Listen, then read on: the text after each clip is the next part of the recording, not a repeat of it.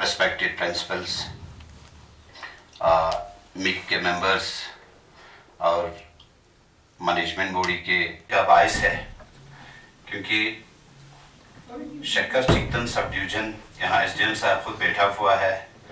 मैं आज से 1.5 साल पहले एसडीएम से जानता हूँ। सीसी साहब का शेड्यूल बड़ा टाइट है, बड़ी मुश्किल से आज 3 बजे का टाइम हमें मिला था। और यहाँ डिवीजन के आवाम की तरफ से शुक्रिया अदा करना चाहता हूँ। इसके बाद भी जब आपने एक स्कूल में हमें मदद किया, हमें और 3 स्कूल स्टेज पे प्रेजेंट करने में मतलब काफ़ी आपसे मदद मिला, चाहे वो स्टाफ के लिहाज में हो, चाहे वो फाइनेंशियल सपोर्ट हो, जो भी हो, हर चीज़ में आपने हमें सपोर्ट किया है। Located between the famous passages, as you know, the Nankila in the east and Fotola in the west and Lamsu in the south, inhabited by the population of about. As for the educational institutions are concerned, there are 3 high secondary schools presently running, 5 high schools and 21 middle schools and more than 25 primary schools. As for the achievements of these institutions of these schools are working on the decent posts throughout the UT of Ladakh. But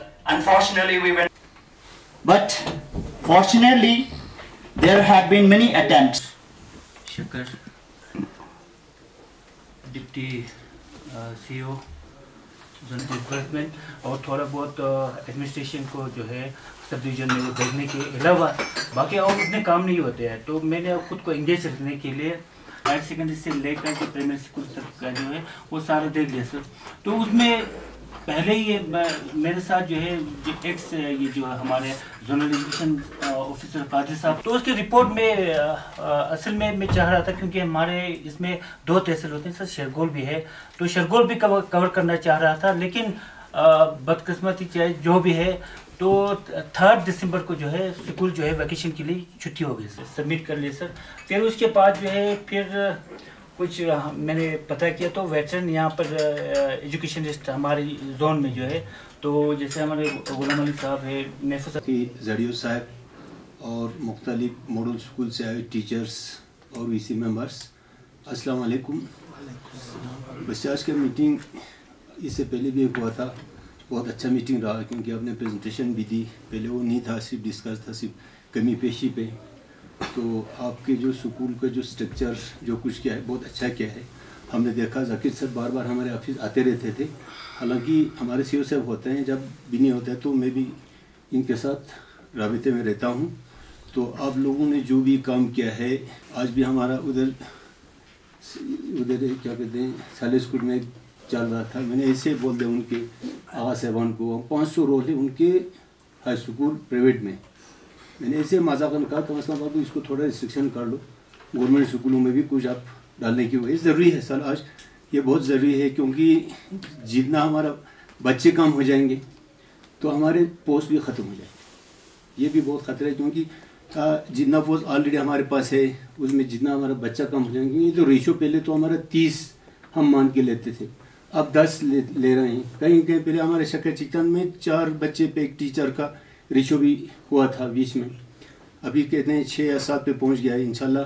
तो अभी धीरे धीरे हर school जो है ये लोग जो है वहाँ के अवाम इसको अडॉप्ट करने की कोशिश कर रहे हैं। जैसे हमारे सामने में भी थोड़ा प्रोग्रेस हो गया है, हाई स्कूल में 12-13 बच्चे थे, अब 32 पर पहुँचा है। सब शामिल हुए हैं, आप सबकी खिदमत में सलाम अर्ज़ करता हूँ।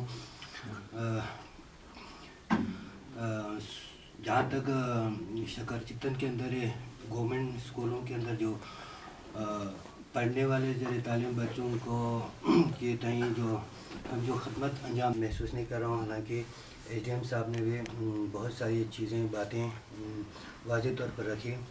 सिर्फ एक चीज़ बताना चाहूँगा कि वो गांव के अंदर में एक या दो स्कूल ही रख कर उसको सेंट्रलाइज करेंगे तो मैन पावर को अच्छे से यूज़ करने का हमें इन फ्यूचर में मौका मिलने का चांस है। और वहाँ पर एक एजुकेशन को एक स्टैंडर्ड देने का दमो छा रुपया शायद ज़माना, वहाँ पे बहुत सारे टीचर होंगे तो बहुत सारे आइडिया वहाँ पे ये सेंट्रलाइज करने की अगर एक इन फ्यूचर में अगर एक पॉलिसी अपनाया जाए, क्योंकि हर 1 किलोमीटर या हर 2 किलोमीटर के अंदर के मुसाफत पे स्कूल है ऑलरेडी। लगभग 9 महीने हो चुके हैं।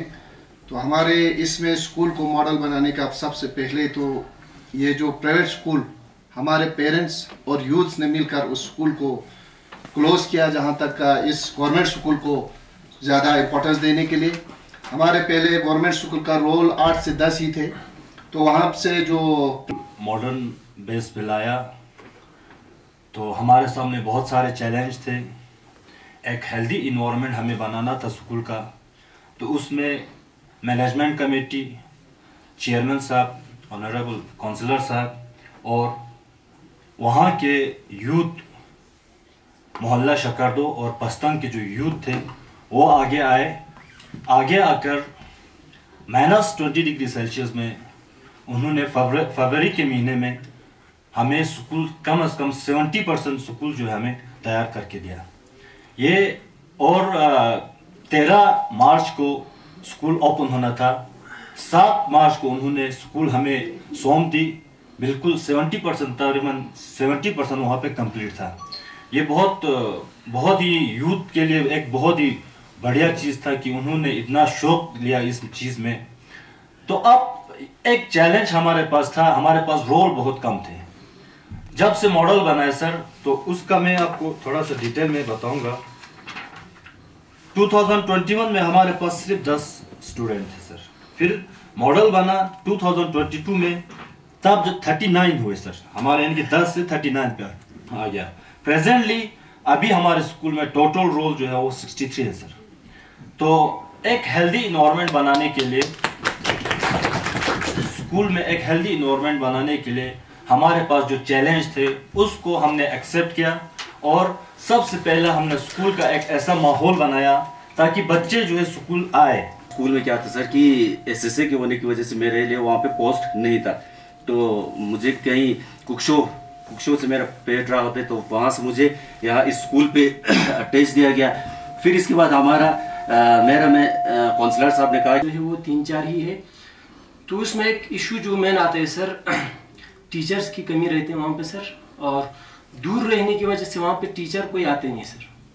प्राइमरी स्कूल लमसू 1979 में बना है सर। जब मैंने हिस्ट्री उसका जहाँ तक मुझे मिला उसमें देखा था, टीचर बाहर से बिल्कुल नहीं है सर।